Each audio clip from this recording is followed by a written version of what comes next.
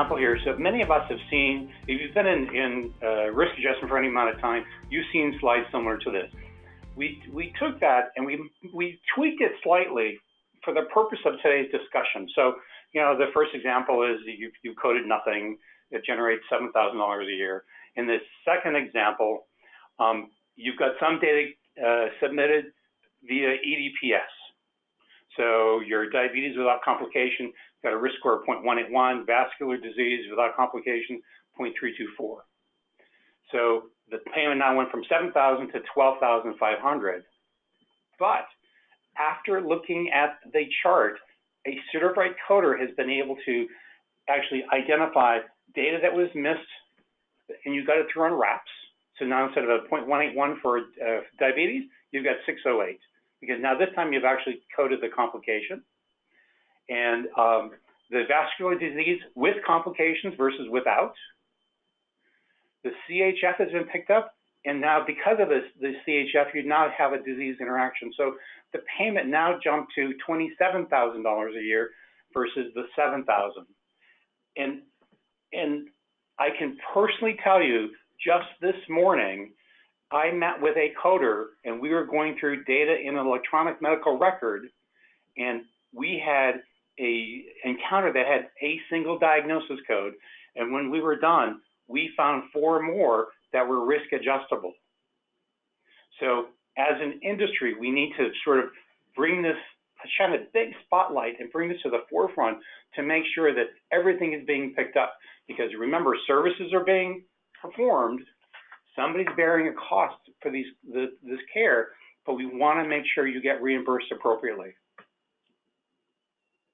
So here on this slide here, we talk about knowing your membership and your providers inside and out. And so it's really a matter of creating some transparency here. You know, that's sort of the foundation of which, you know, of the evolution of our company is based on this, creating transparency that never existed before. So being able to identify and quantify missing data and do it in a way that you can actually share this information in advance with their physicians so that you can make sure this information, the members get called in, have these conditions assessed, documented. Documented is the key word here, and so they can be picked up and coded.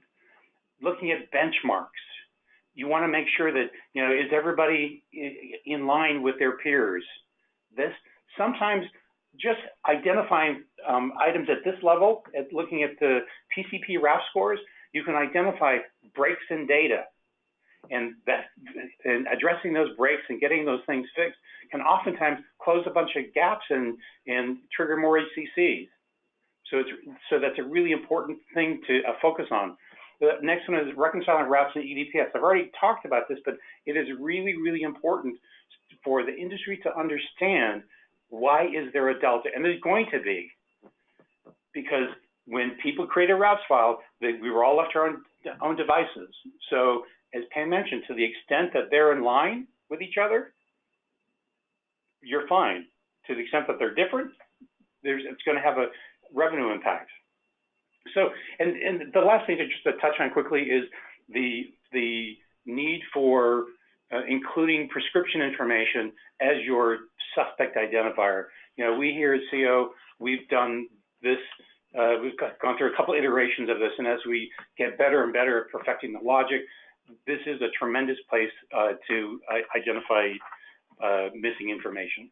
You know, one other thing that I'd like to note on this slide is, because we send, or supposed to send everything to CMS on EDPS, I don't know if everyone sends everything on RAPS, or if they, that it's just risk adjustable diagnosis, or they send all, but CMS has all this data. They know their changes. They can go back and look historically back to 17, especially on the EDPS side, and see, okay, what's risk adjustable with this new model that we didn't necessarily capture before because it wasn't risk adjustable in the 2017 model. So my question to everyone on the line is, do you have the ability to do that? And are you able to see that? Because you could find a gap in that something that is now risk adjustable that wasn't before, if you, whatever solution you use can go back and historically show you that.